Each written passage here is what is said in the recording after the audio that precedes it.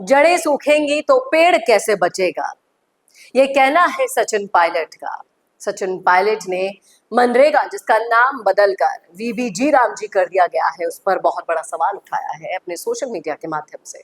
क्या है वो सवाल, चलिए करते हैं चर्चा। नमस्कार, संवाद पर आपका स्वागत है। मैं हूं चेतना शर्मा आपके साथ।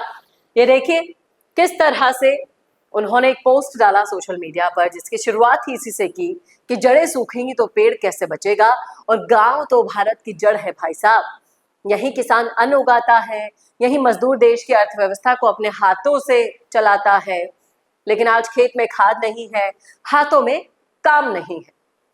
मनरेगा का नाम बदला, वीबीजी रामजी आया तो पहले ही महीने रोजगार करीब आधा रह गया।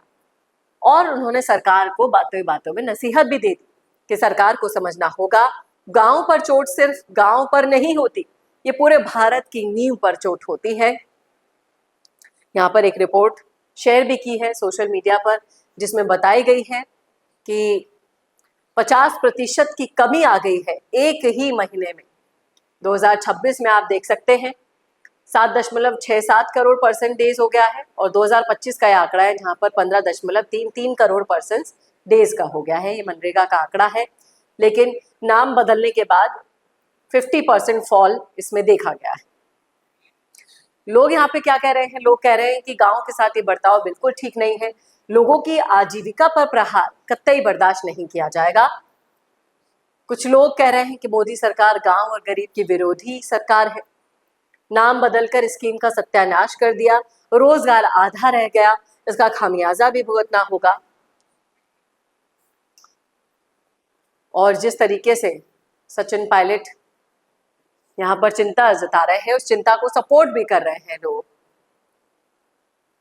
कुछ लोग नसीहत दे रहे हैं कि पायलट जी, ग्रामीण अर्थव्यवस्था रोजगार को लेकर चिंता जताने से पहले कांग्रेस को भी आत्ममंथन करना चाहिए कि उनके लंबे शासनकाल में गांवों और किसानों को सिर्फ वोट बैंक समझा गया और विकास के नाम पर भ्रष्टाचार हुआ। कुछ लोग इसकी विशेषताएं बता रहे हैं वीबीजी रामजी की। रोजगार की सीमा को 100 से बढ़ाकर 125 दिन कर दिया गया है। शुरुआत में नए डिजिटल मैकेनिज्म के लागू होने से आए आंकड़ों के बदलाव को विफलता बताकर भ्रम फैलाना बंद करिए।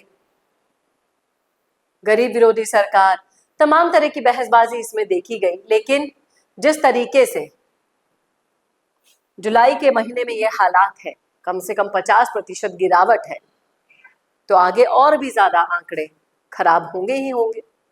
हो सकता है कि नाम बदलने के बाद संभलने का थोड़ा सा समय चाहिए, ठीक है, 2-3 महीने और रुक जाइए। आप बताइएगा कि आपको भी लगता है ऐसा कि इसमें गिरावट आई है, या फिर एक सोशल मीडिया भ्रम ही है जिसकी गिरफ्त में सचिन पायलट चल रहे हैं। बताइएगा जरूर क्या सोचते हैं आप, लिखिएगा कमेंट बॉक्स में। इसी वीडियोस के लिए देखते रहिए संवाद भारत का, भारत के लिए। नमस्कार।